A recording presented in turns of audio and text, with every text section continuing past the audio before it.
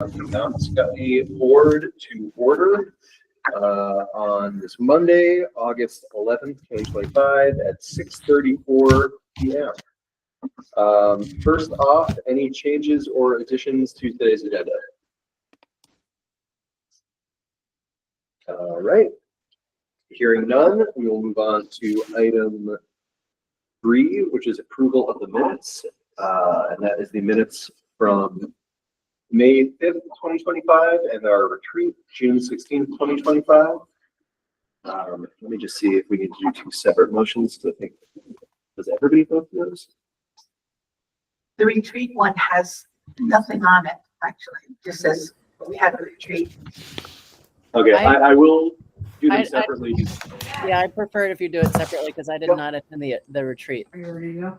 Yep, will do. So I will, first I'll take a motion to approve the minutes from our May 5th, 2025 school board meeting. So moved, Elizabeth. Oh, and second. All right, Elizabeth and Nancy. Any comment? Any discussion? All right, so I will take a voice vote to approve those minutes. All those in favor, please say aye or raise your hand. Aye. Aye. Aye. All right, those opposed? Abstentions? All right, cool, unanimous. Those are approved, thank you. Next, I will take a motion to approve the minutes from our June 16th retreat. So moved. Oh, good. So Nancy got the motion, anybody second? Okay. Second. Bill's got a second, all right. All right, Another rotation. any discussion? All right, hearing none, I will take a voice vote to approve those minutes. All those in favor, please raise your hand or say aye or both. Aye. Aye. Aye. All right. Opposed? And abstentions? I abstain. Elizabeth abstains. All right, so 1 abstention, and those are approved. Okay. Moving on. Should we pull up all of these? Keep it close up. All right, so we are moving on to item 4, which is public comment on non-agenda items or announcements. Public comment is not legally required, but we believe it is crucial for us to hear from our community members about their concerns over issues. Through these meetings, our board models for our students how to conduct public discourse, and the board and members of our community can approach controversial issues in a civil and constructive manner and can demonstrate mutual respect. Having said that, please note that the board is here to listen. The public comment period is not designed for discussion. Please start by identifying yourself and what town you reside in and limit your remarks to 3 minutes. All right, any public comment or announcements? Justin. Hi, my name is Justin Burrows, West Windsor, 2 kids in the school system. I was complaining to my partner who directed me to a more proper venue, which would be this, to just briefly talk about the challenges of being able to fully understand the role of PowerSchool versus Google Classroom, and there being certain like data artifacts, especially in PowerSchool, that are confusing for parents. I want to best support my children.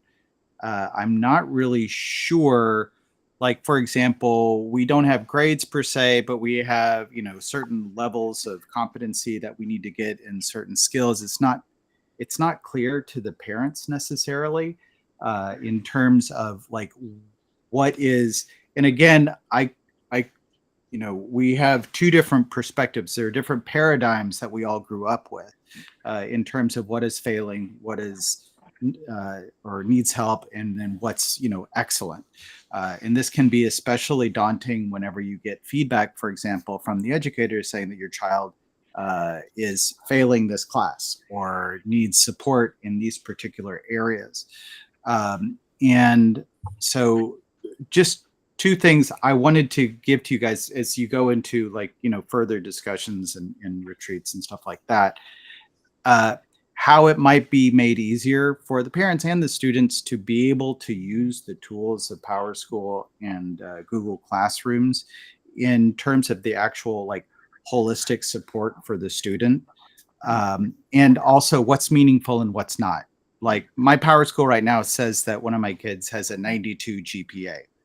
I don't know what that means, or if that means like anything.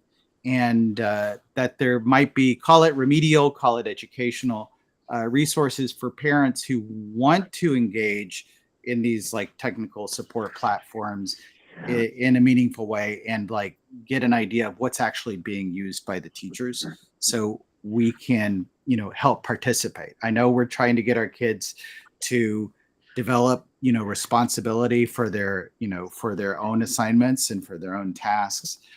It would just make it easier for parents if we kind of had a clear idea of how we can integrate with those. And I know, just as a slight sidebar, like with Google Classroom can be a little bit tricky because you have to get like a certain extra permission like at the beginning of the year. And that could be difficult, especially, when there's an app form, there's a web-based form, there's like a downloadable, application. And so I think that parents could probably use some support and clarity about like what's actually a meaningful metric for our students. All right, thank you, Justin. Just kind of going off that, as we go into the school year, are there any planned kind of onboarding sessions or info sessions planned around those platforms or tools that we can direct Justin and other parents to? There are some videos, so I believe they're on the website, but I'll make sure. I'll talk to Ryan, who's the one who usually does the videos. Okay. And see what's out there. I wonder if maybe, because admittedly, not being a parent here, these are platforms that I personally don't interact with much, and it might actually be beneficial for to plan for the next agenda just to do a presentation about what Classroom and PowerSchool look like, so that the board can have a little bit more understanding, and parents who are tuning in might also be able to address some of those questions and have them answered. I think that is, we want to make sure that. Yeah, we're going to be rolling out SCORE in the high school. And I'm going to talk about later, but this is the appropriate time to talk about it. Sure, yeah. So that's going to be a program that goes out to the high school students, that's interactive for the students, the parents, and the counselors, and it streamlines the postgraduate, particularly college application plans. With letters of recommendations, financial calculators, and all three entities are able to interact through that. So we are going to be doing something about some kind of night for parents on that, so it wouldn't be hard to add in the Google Classroom PowerSchool part. Yeah, that would be awesome. That'd be a great kind of add on to that. So yeah, let's, if that can be part of that, and then I think, just maybe at next meeting, if it's not too packed, I think we should plan on just having some kind of overview of those things, level set on that. And if you, those videos, if you can just kick those to. Yeah, I'll look at it tomorrow. Awesome. Yeah. All right, appreciate it. Yeah. Elizabeth. Thank you. Two things totally unrelated. One is if you could direct comments to the owl picks up the sound better. Okay. Okay, cool. And secondly, Yeah. That means the fans and the close room. I think we have like a 5. It's right there, should be. Okay. Okay, sorry, Elizabeth. Is that better? We're moving the microphone. okay. Okay. Is that better? Yes, I couldn't really hear what Kate said necessarily. You want to repeat it, Kate? Nice and loud. Sure. I said I was going to talk later on in the night, but it seemed appropriate to talk about now that the high school is introducing SCORE this year, SCOIR, which is an online platform that streamlines the college application process. Students are able to access it, parents are able to access it, and counselors are able to access it. And a lot of the area schools use it. Bill, I don't know if Hartford uses it or not, but we were going to be rolling that out. We were going to have a night to talk about that. So I said it would be easy to just bring in the PowerSchool and the Google Classroom on that night. Excellent, thank you. the question still kind of remains, and maybe you could just simply answer it. What is the deal with the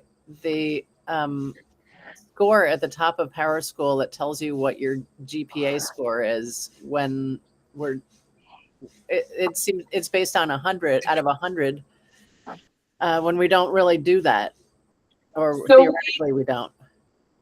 No, and it's all changing because that's what we worked with on this with the state this year is pulling out like this year our students are going to be scored on the performance indicators, which was always kind of where we were trying to get. But we still have a scale that matches up those numbers to a 100-point scale and then gives them a GPA and a ranking. Usually on the back end. People see it. Yeah. Like we need that. for Yes, we college. see it. We see it, and it's like I don't know. It's I'll have to go in and look because I can't see it on my kids when I log in as a parent. Yeah, I wonder why you can see it on yours. I can. Might be high school. Oh, I never had a high school. Oh, I get Yeah, it. if it's high school. Yeah, Okay. we'll look into that. Yep, Justin? Just very briefly, our children can see it, and they represent that as them having an A average, which is not always constructive whenever you're trying to get them to do assignments they don't want to do. You should have one. It That is sounds the like truth. That's the truth. Yeah, it sounds like doing some kind of a rundown of this would be pretty timely. So I think between the score presentation and then talking about these platforms at our next meeting, hopefully we can devote a little more time and a little more back and forth to get those questions answered. Bill? There's a whole host of history behind grading in Power School at Windsor right now, and it needs a complete overhaul at this point. And I've brought this up at the SU meetings as well, because it is SU wide. And from my understanding, as Christine's pointed out, it is being worked on. And so that's kind of a hope. But Justin, if ever you want to talk, or anyone wants to talk about the difference between a SIS or a LMS, I am happy to have that discussion outside of this forum, because Power School is an SIS, Google Classroom is an LMS, and so. Oh, well, we lost Bill. Just as he was offering his expertise up. But I'm sure he will be back. All right. Elizabeth. I have a just a couple of brief announcements if we are ready to move on to another. And they are simply that next week, the 18th, the Commission on the Future of Public Education in Vermont is meeting from 9 to 11.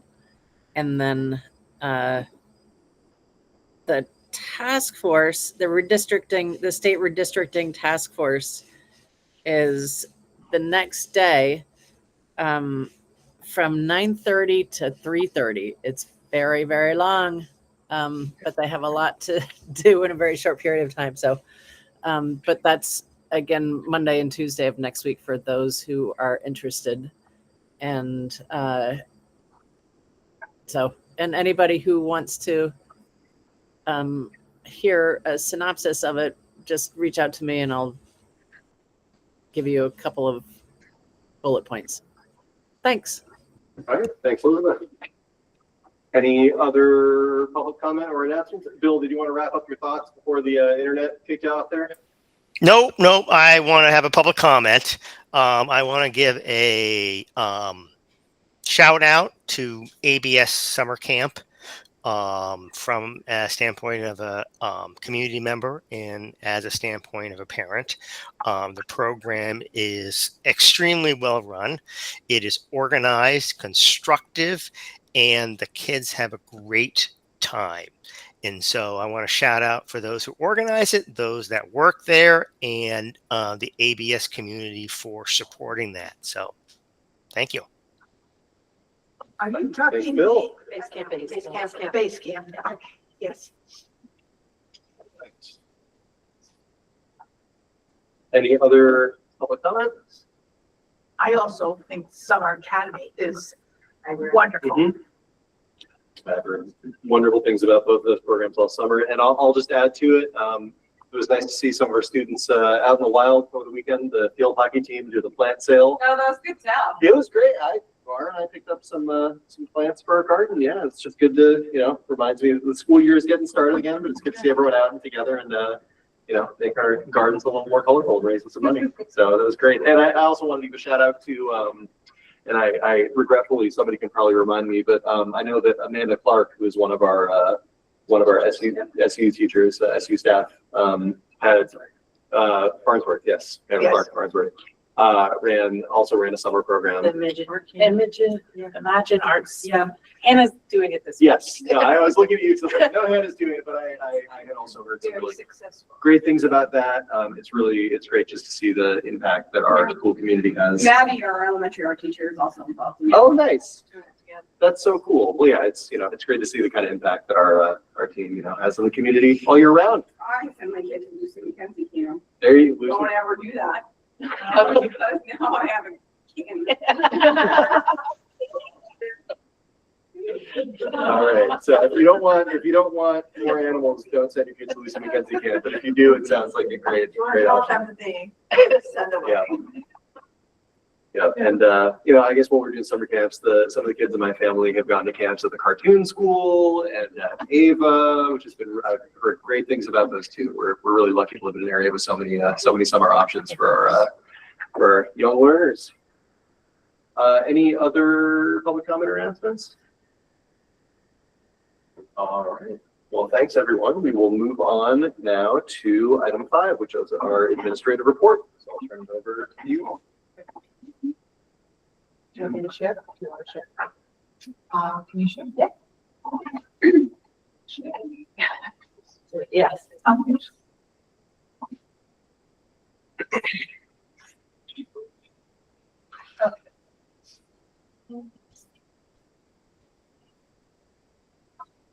Right. Here we go.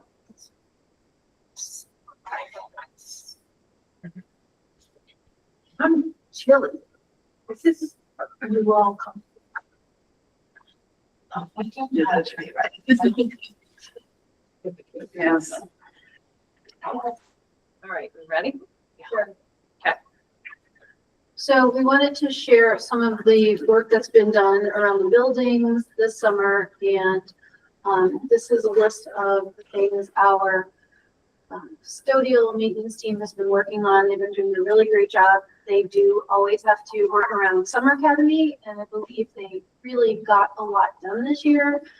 Big difference from last year and the year before, where we were kind of trying to manage the schedule to let Summer Academy happen and get work done, but the crew did an amazing job. We've done some replacing floors in the preschool and at Windsor. Jen, I don't know if there's anything else on here that you have, but feel free to jump in. We moved some classrooms around to better support our students to be in their grade bands, whether they're making sure all of our elementary students are together, middle school students, high school students, and their teachers. We had some window repair done. We did get to do a locker refresh in the middle school. We've been open for that one for the last few years, and we're really excited to have a new paint job on our lockers. A little more aesthetically pleasing to the eye, which is exciting. We also have some more display areas, thanks to our maintenance team, adding more bulletin boards in the middle school hallway for all their work to be shown. We're going to make some like a little bit cozier spaces for the entrances to the 2 entrances to the school for visitors to have a little bit of a seating area. There's some playground repair items that were done. And we definitely have the painting team here in the summer, and they take on all the rooms that need the attention. We did get to have a middle school mural group last year who brightened up the walls with 3D murals last year. and just an overall deep clean and upkeep of the building that happens every summer. It was fun to walk in and see that shiny floor.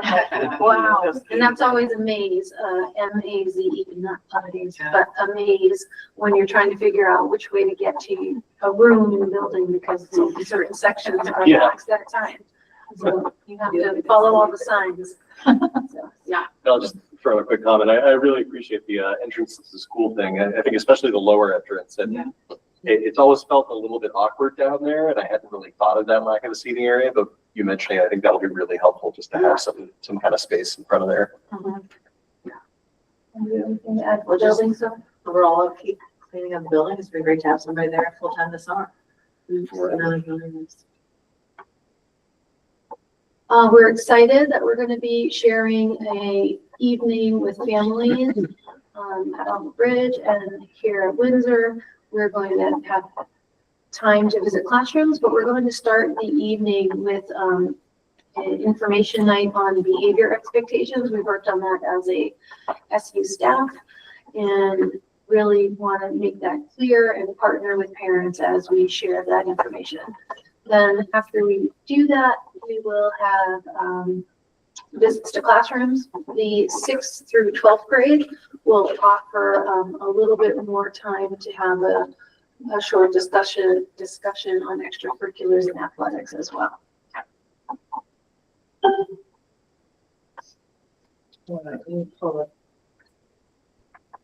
Share the right screen.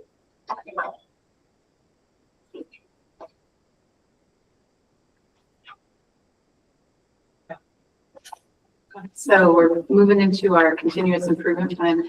These existed for a long time and then didn't for a while, and they're back. So it's kind of it's not kind of, it is our way of goal setting, looking at data results, goal setting, what are the improvements that we're looking to make in the upcoming year. Bridget really led the charge with Kate and Colleen and I going through, and she did want me to share that Windsor's has been approved. So we did get final approval. It had gone back for, they'll ask for revisions or clarifications, you know, or a lot of documenting of how we'll do this, not just what we want to do. So, but it has been approved. So, No doubt. yeah, I've got my, so if you got like section 2, so goals, and I hope you have these, and if you don't, we should get them to you because it's way too much to read to you or to talk about. But basically, section 2, the first goal, I think speaks volumes. But we are looking for everybody to improve. 100% of students will improve in math and in reading, becoming either approaching or becoming proficient. I think it's important to remember that sometimes growth doesn't mean you crossed into the proficient level, right? Like it's different. You may be at a place where growth doesn't mean you are still below the standard, and students are still below the standard. So I know when I look at, and you'll see our STAR results later, we were very excited at the elementary level of our growth.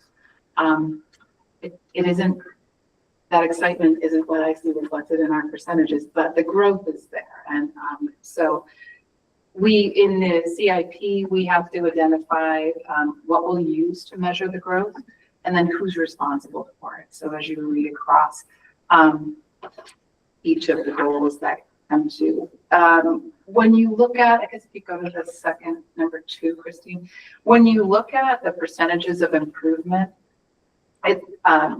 any goal that's full school, you can roughly calculate it to, like if it says we're going to increase 6%, that's roughly 12 students. So you can double it to think about them, because to me it's about the number of students that we're looking to cross a level. And often when we dig deeper into data, it's the students that are on the or they're right for intervention to cross into proficient, or even to cross into just another benchmark and show growth. So you can, so where we have approximately 500 students, so where it says we'll increase from 54 to 60, that's 6%. That would be about 12 students that we see have the opportunity. And obviously we want higher than that.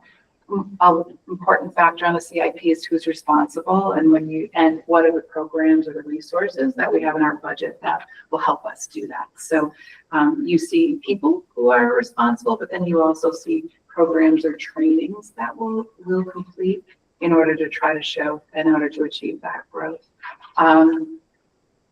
In reading, most of our, this feels, I'm going to be redundant from our report, right? Our data report, right? They feel the same, start data is the same. So, in math, yeah. The ELA or the reading goals that we have will all stem, on the elementary side, they'll stem from early literacy, right? The Act 139 work that we'll do, because we have to start with the most foundational students in the most foundational reading system. So, and those hopefully transfer up as students go up through grade levels. So you'll see a lot of focus on DIBELS as an assessment that we'll give to try to target the instruction that's missing for students in reading. For Windsor at the elementary school, we're looking for, we're working with a new, it's called Member Corner. It's a program that is a spiral review type of program that, because one of the things I think I've noticed and we've talked about is students get far away from something after they've learned it, right? If it doesn't come back, it may not really be there. So we are piloting the Member Corner component in Windsor, K through 5, hoping to see changes in that. By spiral review, is that so there's maintenance, there's skill maintenance built into skill acquisition work?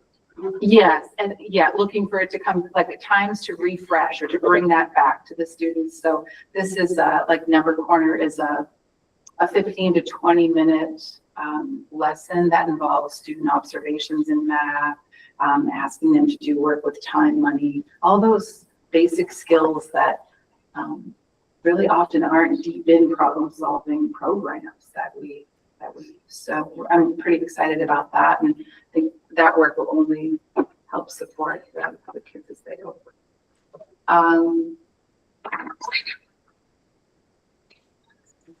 Changes this fast. There's an equity goal in here as well, closing the gap, and we'll use EduClimber to try to monitor all of those. EduClimber training is something we're building into staff presentations or PD days or staff meetings to make sure that the staff are using. And then it's also come up about, Power School, that making sure that that can transfer over to EduClimber so that students and teachers can access that as well.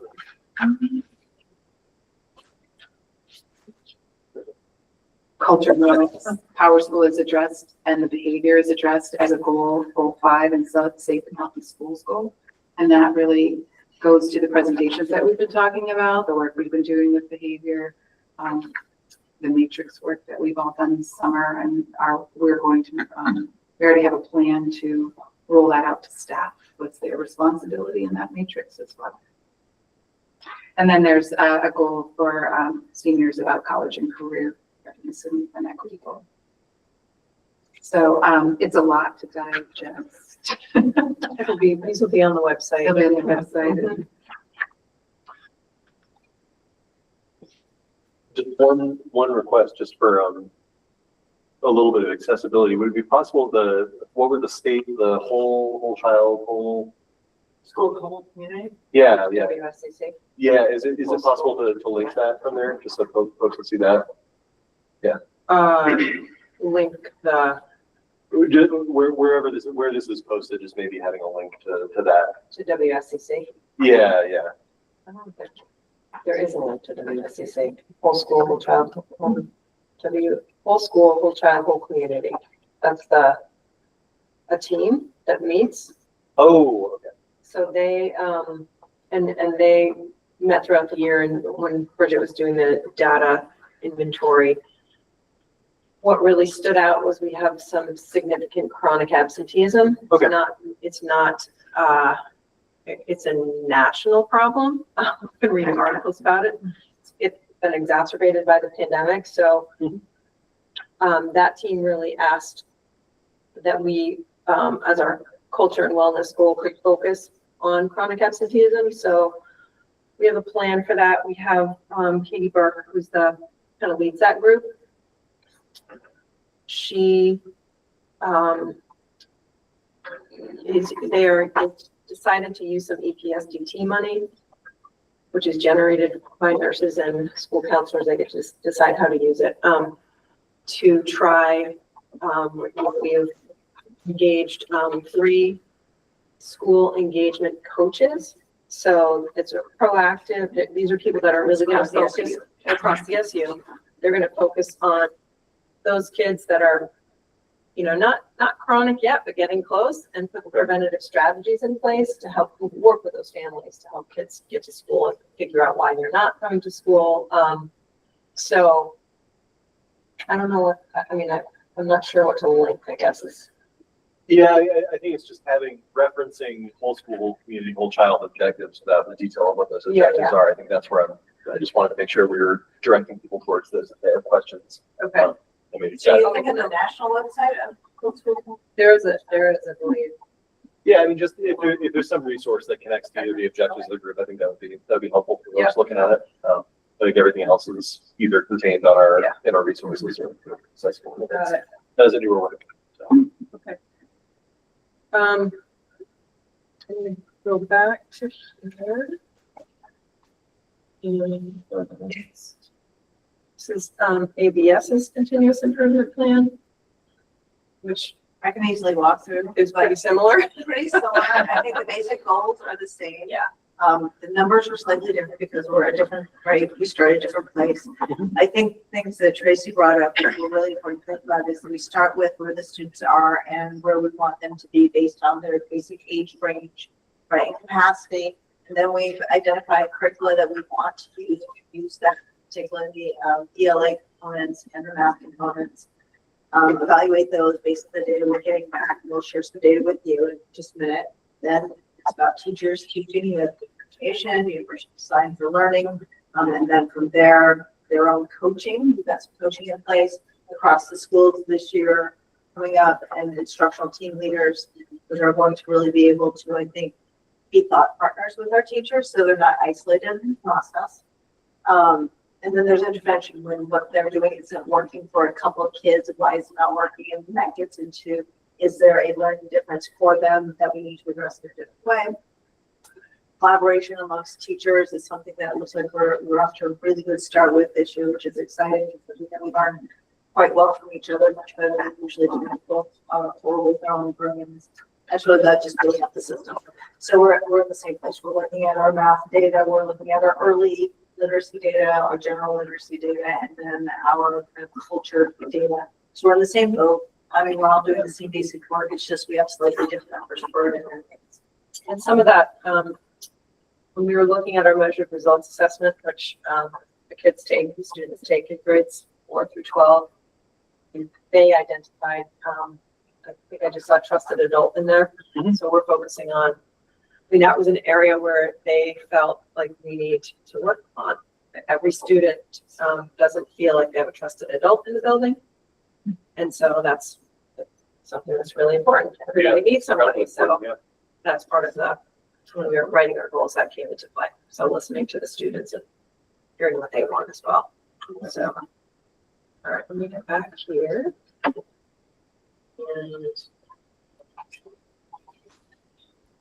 this one.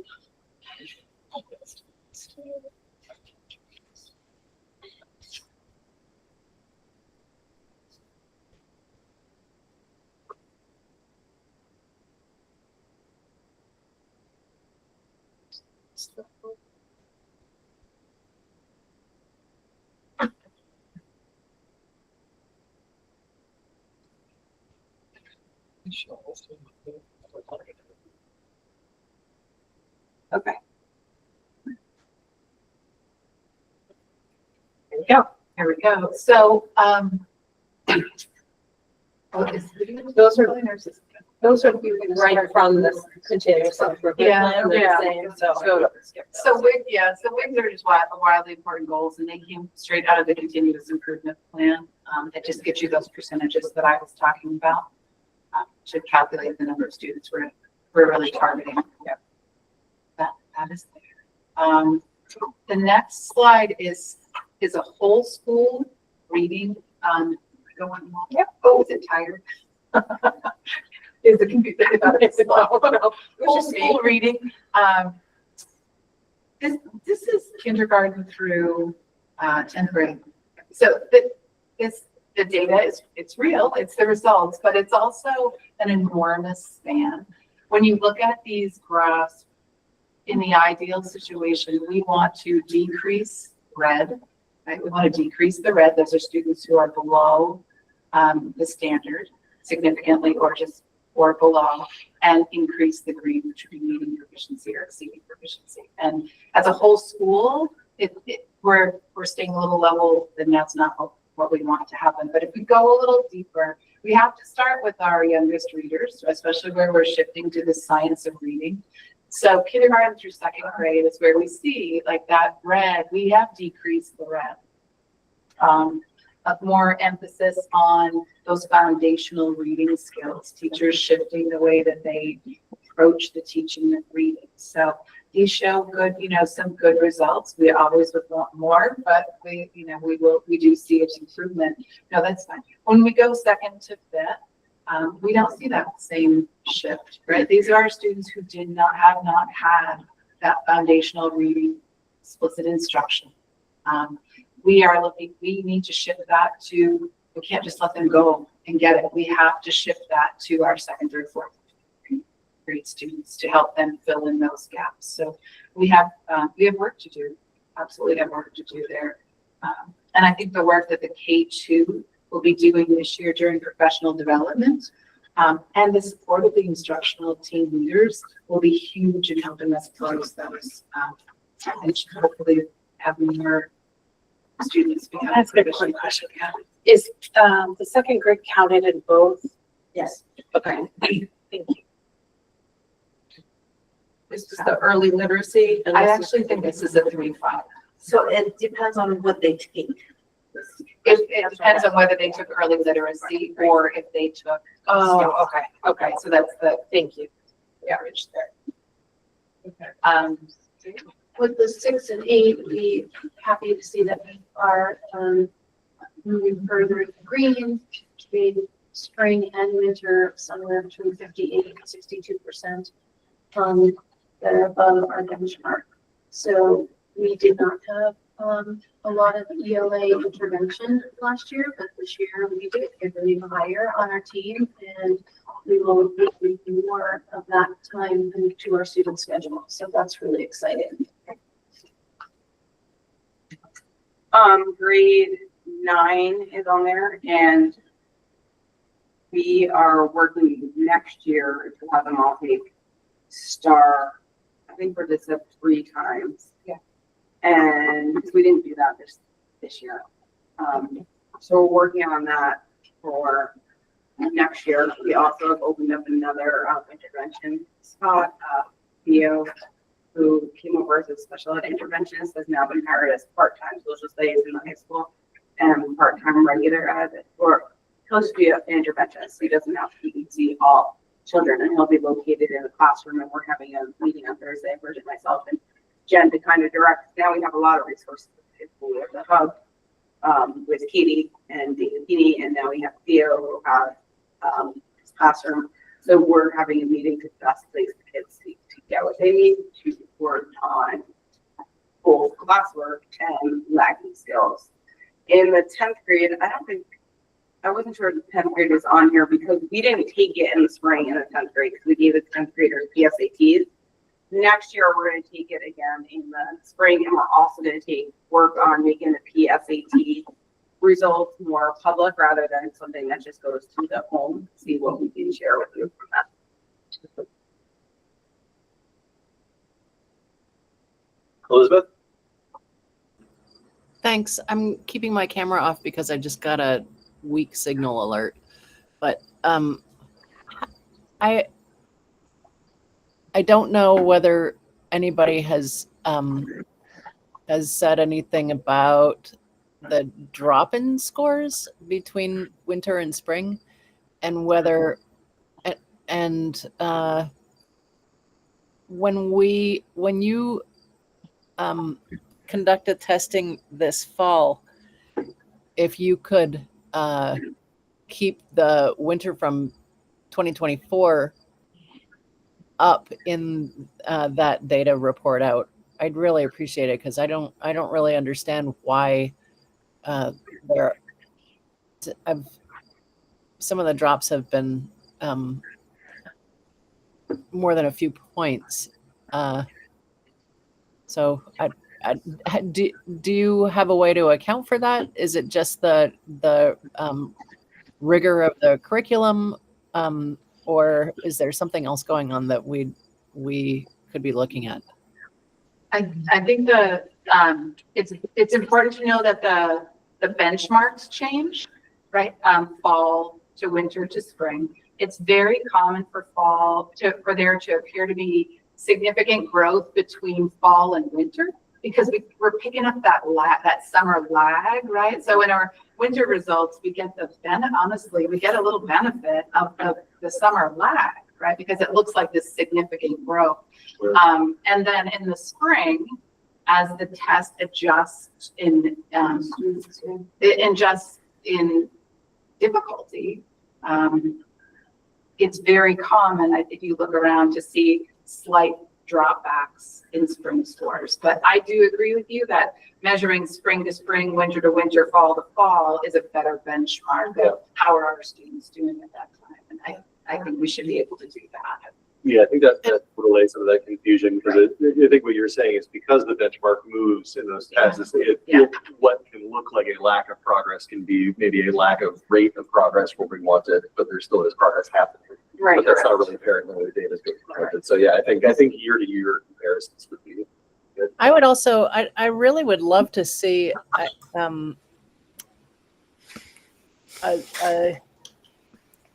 not just a cluster of grades, but lateral progress. So a student who's in 4th grade, how are they doing in 5th or 6th grade? And not that you can do individual students, but Look at cohorts. So we could look at cohorts. If you could give us that data as well, that would be really helpful. Bill? So STAR data is really specific here. STAR data is normed on age. It's not normed on grade level. And so the students are compared to based upon the day. It's even the benchmark, the cut scores change even within a week. They're not significant, but if you're talking, a student who takes it 2 weeks late, they're going to have a different cut score than a student who takes the test 2 weeks earlier. Plus, it really depends on what their age is. A student who is 3 months older than a student who is 3 months younger will have a different cut score. And so, one of the issues, especially when looking at different grade levels, 5th grade in particular, as well as 6th grade. 5th grade in particular, what happens is that as they get near the end, the curriculum expectations, the type of stuff that they're doing and being measured against in difficulty and cognitive ability raises significantly. And so I think Bill, one of the issues is when getting down into wanting to look into the nitty gritty, you're not going to get a lot more information than looking at things generally, because the specifics of how this program works is pretty complicated. Elizabeth? I really appreciate that explanation, and I feel like you give it every year, and I thank you for your patience in reiterating it every year. But it would be really helpful if we could have an explanation like that at the beginning of a presentation like this.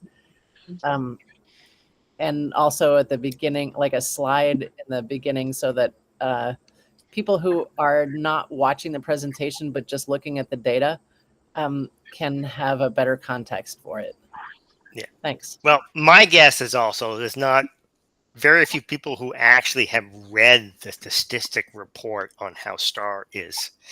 And I happen to have read that. And so, because I was tasked with it. But yeah, so you're welcome, Elizabeth. Okay, yeah, agreed. It's good. Thanks for that, Bill, and I think it's a good suggestion, Elizabeth.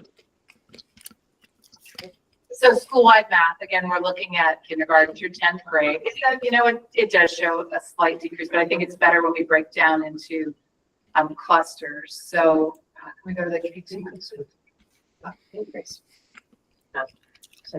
Oh, in red. We decreased that. Okay, green. First and second grade, a slight decrease in red, a slight increase, not enough. But then that's part of our focus of the work that we're doing this year is to try to, and Bridget was really helpful in her former role of bringing to our MTSS meetings this idea of spiral review, which we carried across all the grade levels. And it really led to this place where the elementary is going to start this year. So hoping to report some great growth there. Again, it's the same with our ELA. We're not seeing it in 3rd through 5th grade. I'm very excited about our instructional team leader and how weekly MTSS meetings to be able to dive into data, to look at classroom practices and consistency of curriculum and presentation. I'm really excited to see how that will help us give the best instruction, the most purposeful content, and how she can help cipher some of that out for our teachers and work with them. We were excited to use the spiral review last year with the 6th through 10th grade math teachers. And that was something, again, Bridget Farrell supported the team with and planned for. And we had more staff available to do that spiral review with our students last year. And when we started last year, our math scores were lower. So we were really excited to see this jump, and we account a lot of it for the spiral review. Excellent. That's great.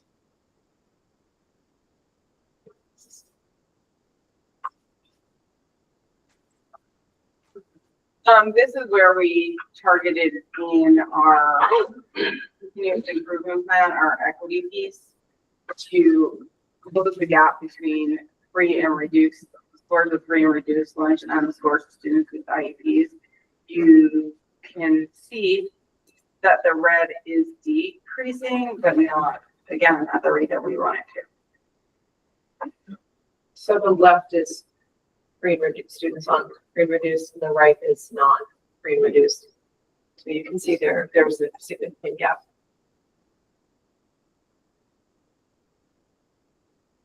The same, it looks very similar. In this next slide. That's whole school. Yeah, it's whole school starts. So this is all school math.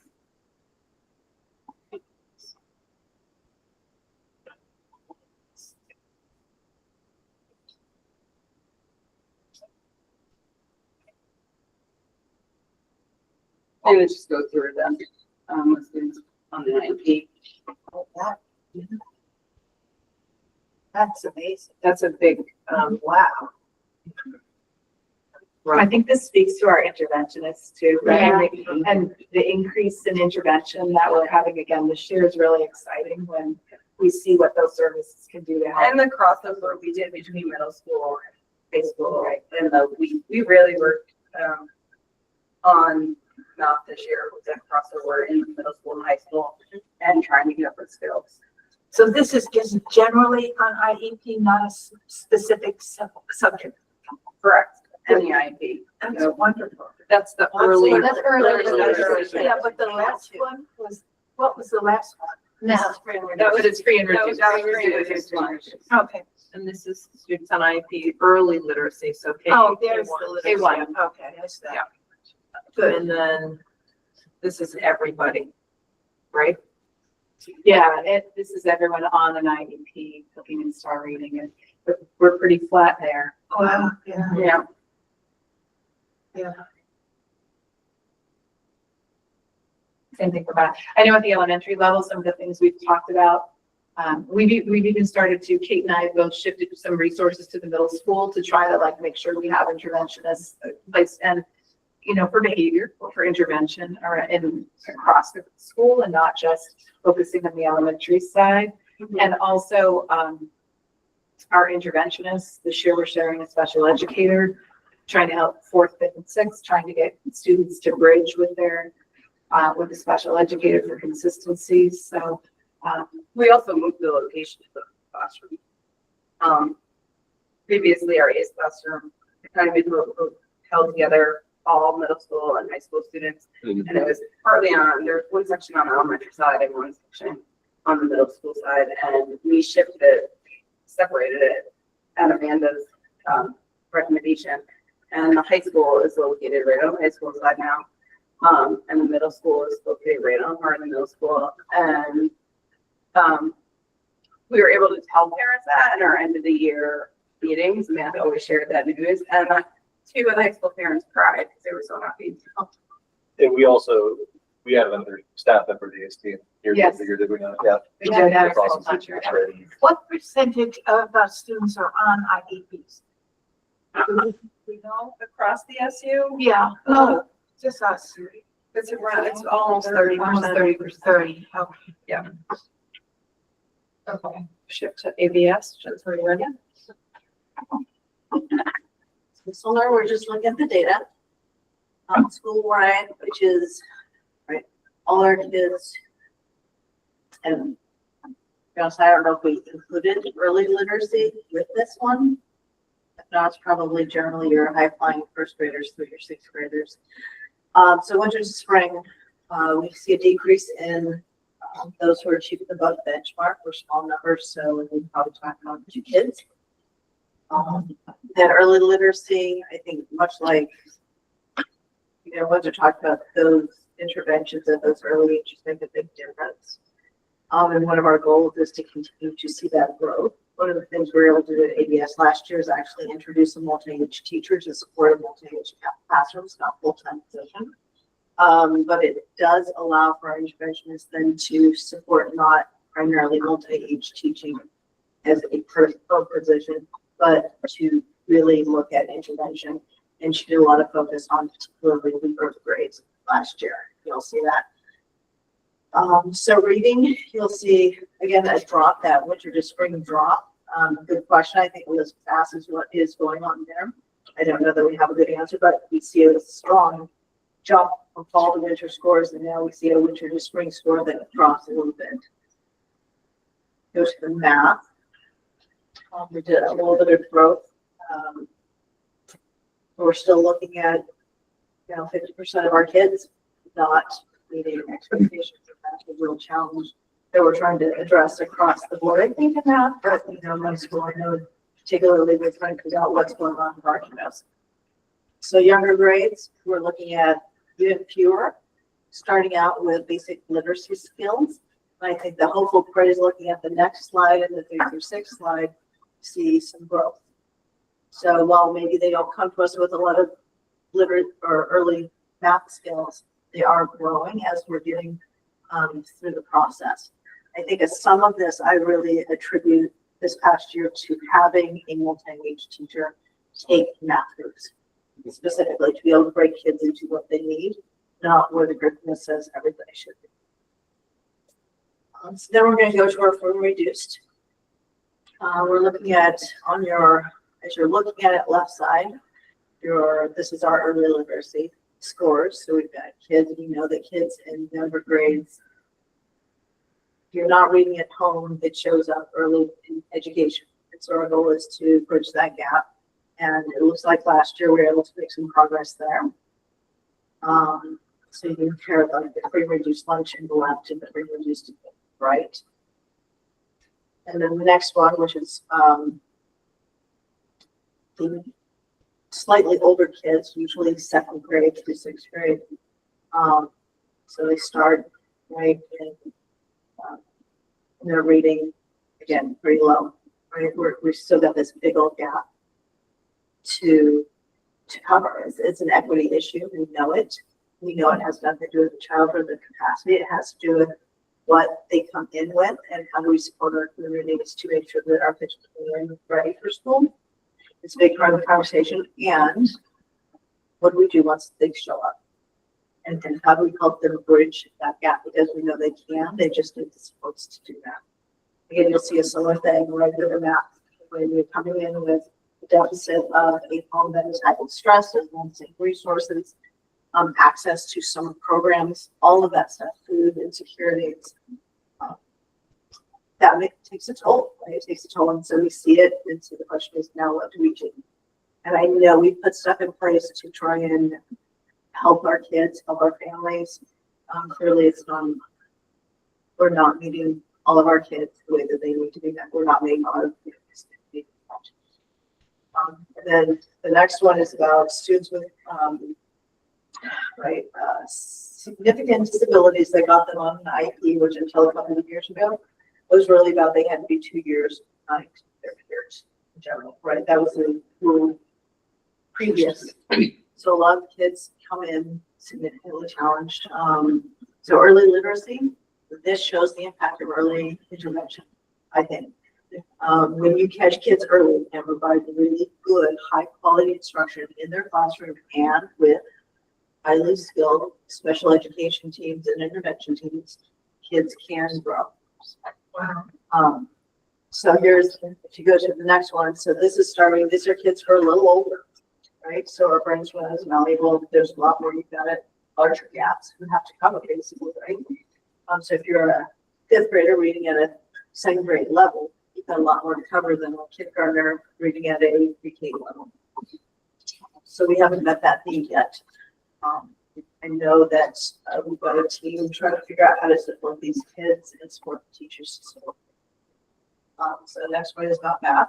So similar basic thing is we're not meeting their needs. We're just not able to bridge the gap for them. They have learning differences. We've got really skilled teachers. We're small on there. So the question is why? What are we missing? What can we do? What's within our capacity? And what do we need to change? And I think we talk about equity a lot, and students who have learning differences, people who have learning differences, people who come from socioeconomic differences. We don't see demographics here around police or other, right, more targeted groups too. You'll also see someone with gaps. It's not unusual across our country to see these large gaps. And I think one of our jobs as public educators is to figure out how to close the gap. And it's not an easy answer. And there's not a one size fits all. I think this is what we call teamwork. And I think I really appreciate being in a community that cares about this stuff. At the same time, these numbers, these are human beings that are not able to read or not able to do basic math at the level that their peers are. And that's going to affect them for their class. It's going to affect them to do something. Sorry. I had a hard conversation with my daughter earlier. So it sits with me because she's also a kid with special needs. I think as we walk forward, what I'm really grateful for is that everybody around these tables in our schools, I feel like it's such a hopeful feel. And yet, we've got kids every day who are not meeting goals. And so that's the work we have in front of us. I think that's most important work we have. Thank you guys for your support to do that. Thank you.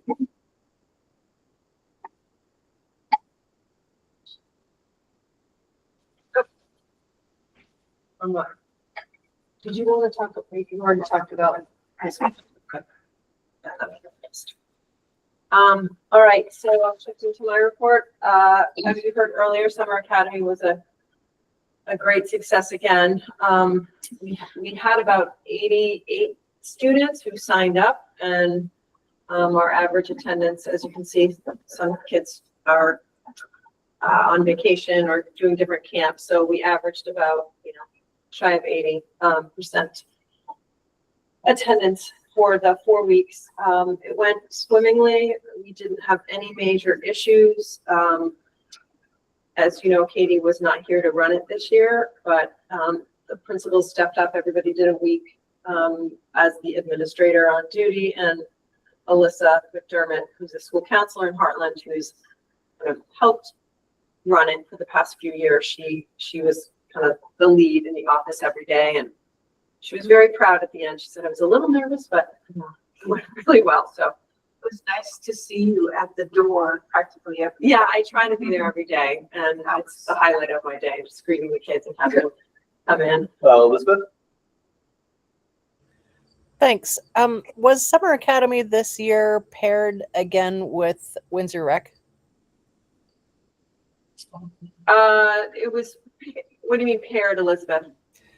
I think in years past, some of the kids who were at Summer Academy could then transition straight into the Windsor Rec yes. summer program. Yes, that still happened. We also had Bridging the Gap here at the same time, and some of the kids, I noticed would come from Bridging the Gap. They got dropped off earlier, and they would, Emily Fielder would walk them over and say, you're going to Summer Academy now, and then transition after back to BTG. So yes. I just wondered, how was the drowning handled in Summer Academy? Or was it? Started yet? It hasn't started yet. Okay. Right? No, because it was. No, it hadn't started yet. I don't. BTG was in BTG session, was in but session. not Summer Academy. And I know that they had they were not present when the drowning happened. They were headed up, I believe, and then stopped, so they weren't there. Right. I know that they weren't there. I just wondered how they dealt with it. I mean, I know. just because they weren't there doesn't mean they weren't affected by it. But Yeah, absolutely. Carrie, who's the director, I know she had communication with parents. I sent out communication to families in the community and offered support. I had we had one or two families that took us up on that. We had a local therapist who offered to provide services free of charge to any students that needed that. We had one take advantage of that. So yeah, very tragic incident. I think it shook all of us. Yeah. Pretty scary, and makes you want to ensure that all students learn how to swim. Yep. Right. That's critical. yeah, it also, it's timing with the Grace Camp flooding in Texas, because it was right at the very same time our family was impacted by it, and we weren't all even here. So I just wondering. Thank you. Yeah, no, I appreciate that. I just want to throw out there too, I appreciate it because I talked to Christine shortly after that, and I really appreciate how quickly those resources came together and how, even with school not being in session, how comprehensive that response was. So Yeah, very appreciative. There's no perfect way to deal with that kind of situation, but I think the effort really speaks volumes. No, I think, it rocked a lot of people. Yeah, James has already reached out about us incorporating, because we already incorporated swimming into our winter activities. He reached out, his certified swim instructor, saying he would like to be involved in that this year, and he wants to achieve the goal that every kid in Windsor can swim by the time they're out of, I think he said second grade, he thinks he could do it. Absolutely. That's good to hear. Yeah. Used to be part of PE class. It was my PE class, since PE, we had to take it, yeah, so. and ice skating. Yeah. All right, moving on. Just a couple of highlights from the summer. We were able to hold a responsive classroom training this year. Staff have been asking for it. It's an amazing training. I took it when I was a teacher a long time ago. So we were able to use some carryover title money to bring it here, and we had 30 people attend across the SU, 28 K-5 teachers and interventionists, and 2 central office staff. And they'll have some continued consulting during the year with that coach from Responsive Classroom. So that Responsive Classroom is a structure that really helps with making sure expectations are clear and how to handle things when students are not meeting expectations. So it was a great training for for staff. For leadership, we did have a 7 Habits regional training that was held here. We had 5 of our new staff choose to attend. We had we'll have an additional 7 Habits training August 14th this week with our district coaches who are Brian Martez, Michael Schaefer, and Tracy Thompson. They're district coaches for us now. We've moved to that model because we want to make sure that we are making, we are using Leader and Me, the parts and pieces that make the most sense to us in the ways that make the most sense to us. So it's great to have district coaches helping with that. They're meeting with the Lighthouse leadership teams tomorrow at 8 a.m. So exciting. Everything's getting going. That time of year. It's that time of year. Curriculum materials, I know in the past, it hasn't seemed as organized, but I have to just shout out Bridget and Wendy and the principals and the admin assistants. Wendy actually inventoried. I don't know if you all remember the boxes that used to sit in this room when you came in for meetings, but she inventoried everything we had on hand before we placed our order this year so that we could use what we had and not purchase more, which is we're the fiscally and environmentally responsible. And the deliveries have come in. Bridget and Wendy have made sure everybody has what they need. And so teachers are, set up for success, which is really important. It's nothing worse than starting the year without the materials that you need to teach. So we're very happy about that.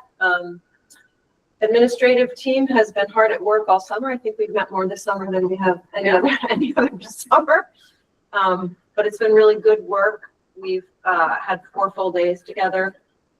And other times, but really focused work.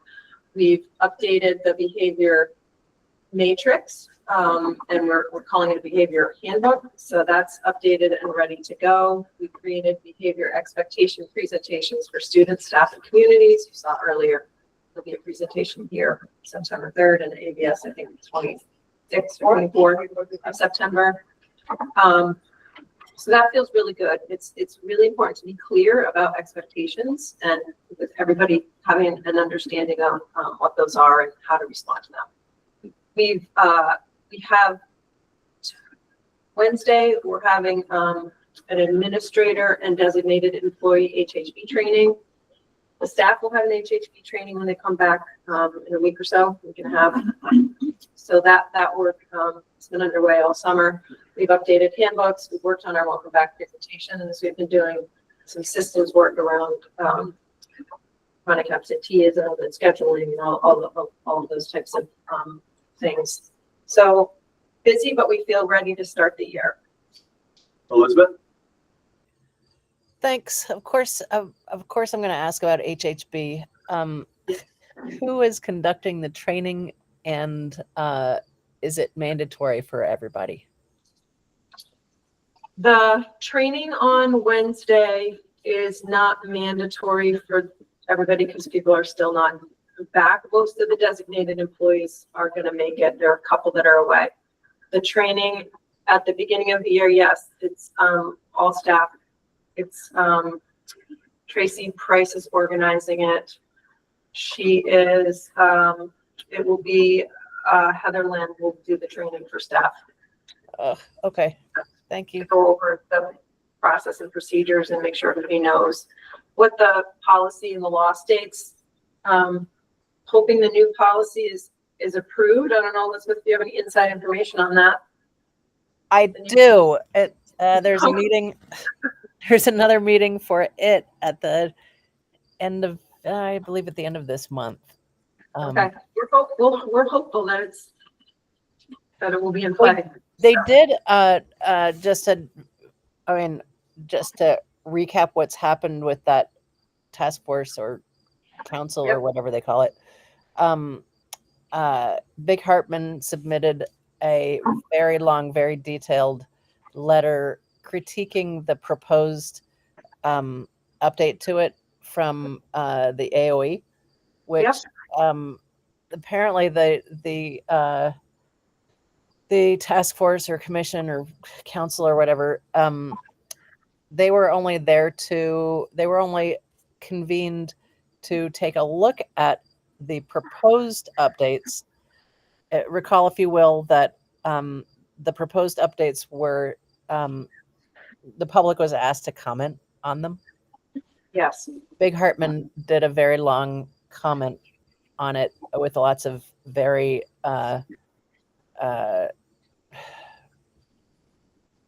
significant and valid critiques. It was originally, the timeline was for it to be rolled out in June and implemented in districts this school year. Big asked for that to be slowed down to next year so that there could be ample input from members of the public, including families.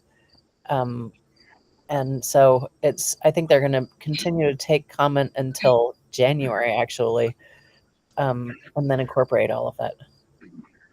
Great. Do you know, did they get a lot of feedback?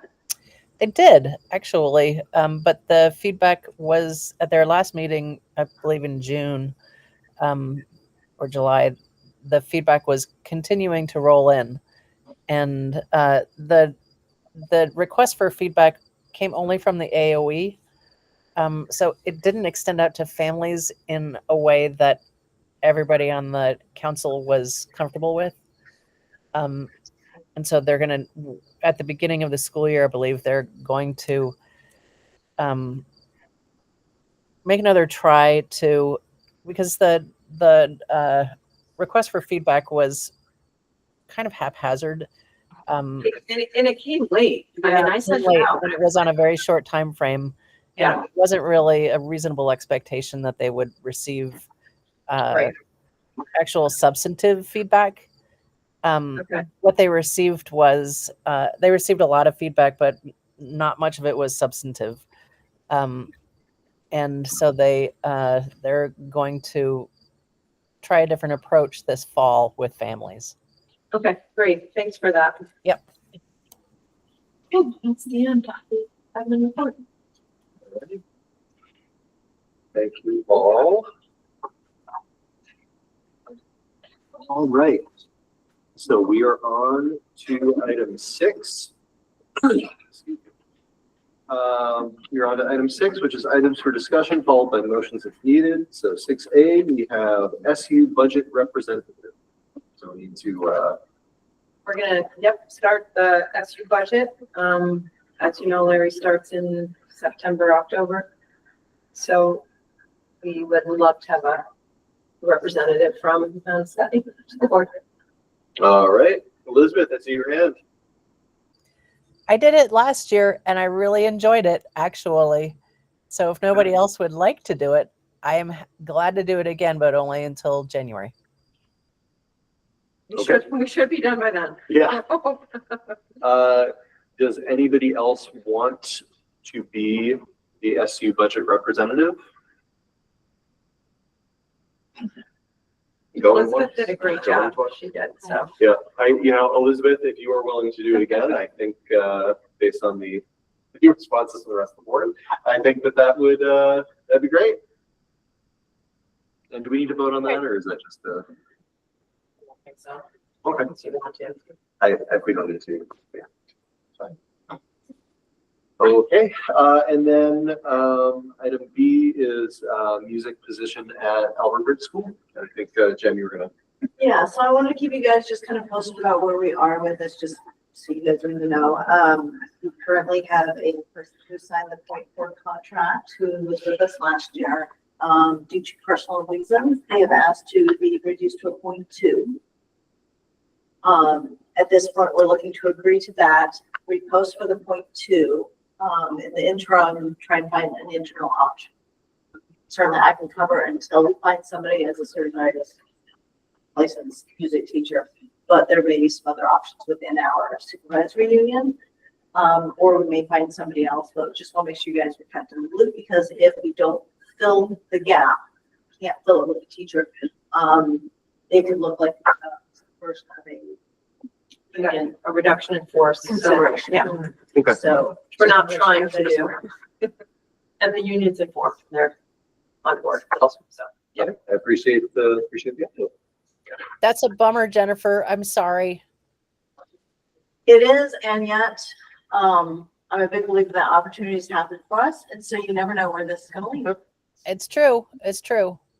Yeah. And thank you for extending your music expertise and helping to fill the gap in the meantime. Love to There we teach. go. All right. Any other questions for Jen on that? Or are we all feeling pretty good? Okay. Well, we are all ready to item 7, which is setting the next agenda. So I think, based on the questions about Google Classroom Power School, if we put that on our next agenda, I think that's timely in September too. Excuse me. So we can do that. Any other kind of standing stuff coming up for next meeting? Anything on the radar? Just a reminder that we're meeting on September 8th, which is the second Monday, because the first Monday is the holiday. Yep. We're going to be at ABS. Mhm. We've had on here an update on the start of school. Well, school have started. Yep. And then I have a note on here, which is one of your goals. I don't know how we're going to do this. We're going to discuss how to get staff input on topics for upcoming events, right? Yeah, that would be great. Staff input on topics for discussion and upcoming events. Yep, staff input. Yeah, not getting staff input. For discussion, yeah. All right, and then, all right, anything else for next agenda? Or is that what we're looking at? So Power School and Google Classroom. Yep. Okay. Elizabeth? Thanks, Davis. I just want to be absolutely sure that, speaking of HHB, that we addressed everything that those parents who came to a couple of meetings were talking about. And so if not, if we could put that back on the agenda and advertise it well, I would really like that. Thank you. I think that's a really good idea. And that will ostensibly be after, was it 9/3 is at least the Windsor School Welcome Back and Behavior Expectations meeting. So we'll have some time for community contact with Behavior Handbook and then is the ABS one is on the 24th? Yeah, it's on our open house day. Yeah. Okay, so it's a little, So we do the, kind of doing an open house. Yep. afterward. We're doing the presentation. okay. We felt we'd get more participation. No, I mean, that's what we want. So I totally understand that. So we'll have at least one of our buildings will have had some contact with that, which is good. And it'll be accessible to everyone, just so wanted to present it. But yeah, no, I think we should put that on the agenda. Do you want it under administrative report or items for discussion? Let's I don't know. Elizabeth, do you have a thought on that? Oh, I was just going to say, but I think it might be better at the supervisory union level. Like maybe an update on where all of this redistricting stuff is going and what it means for us. Yeah, I think that's a major item for the retreat. Yeah. Isn't it? Yeah. Yeah. Yes. Yeah. Yeah. Yep, it is. We But talked about- I just mean as far as where the task force is right now, what the timeline is, just have a description, and I can do that also at the SU retreat if you'd like. What the timeline is for the rollout of things like the building attendance minimums and stuff like that. Yeah, we need I've to got think one. I've got a summary ready. Bill, I sent you a draft if you want to take a look at it.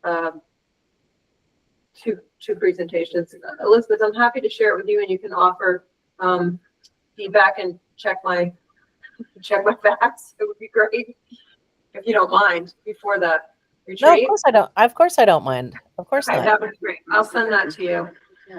Yeah. Because I would love your input. It's a lot, so. Yep. And a lot of unknowns still. It's a I lot, think- but also I think it's important to understand that not everything has an equal weight. Like, Yeah. not all of that is everything is not as important as everything else. A lot of changes.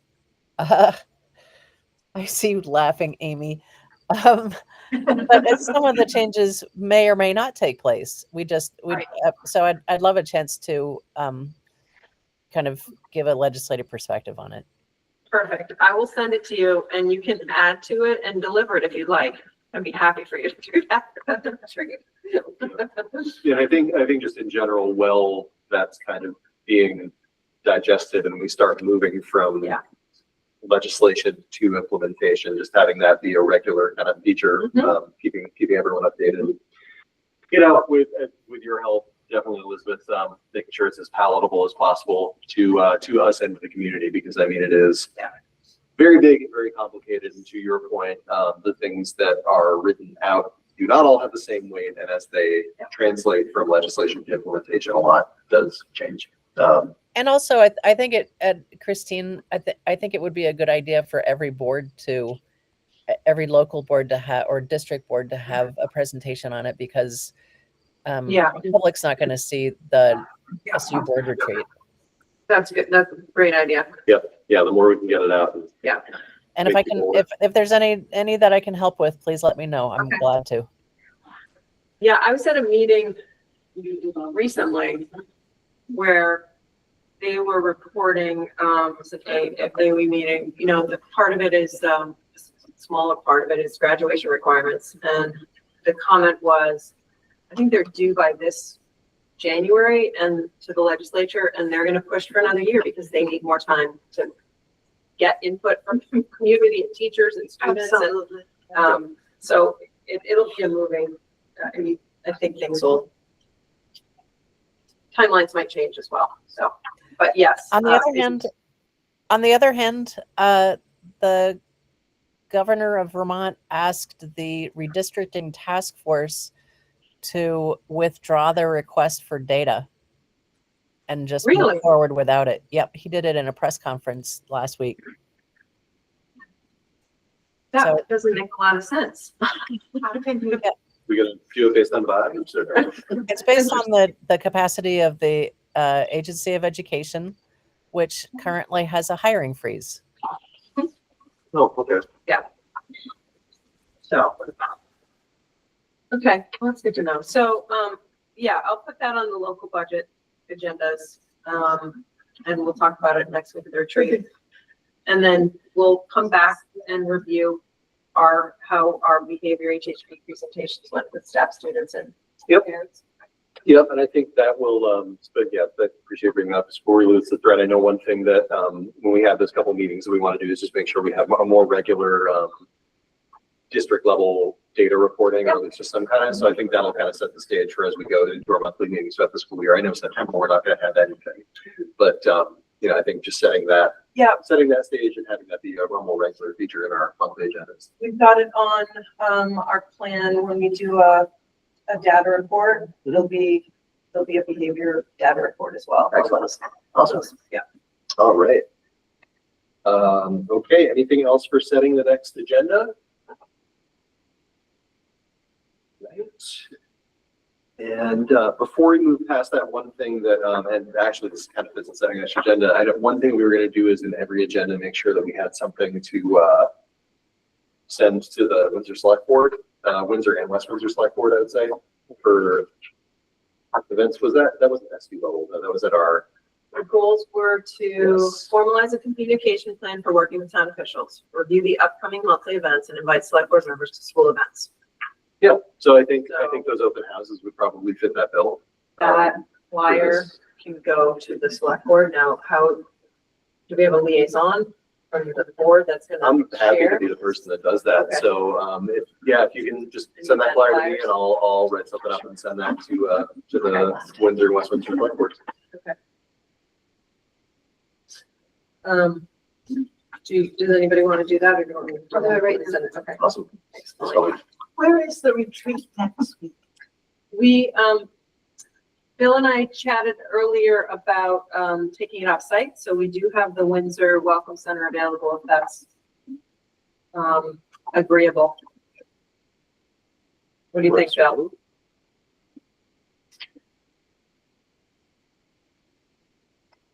Windsor Welcome Center next Monday for the retreat. Is that okay?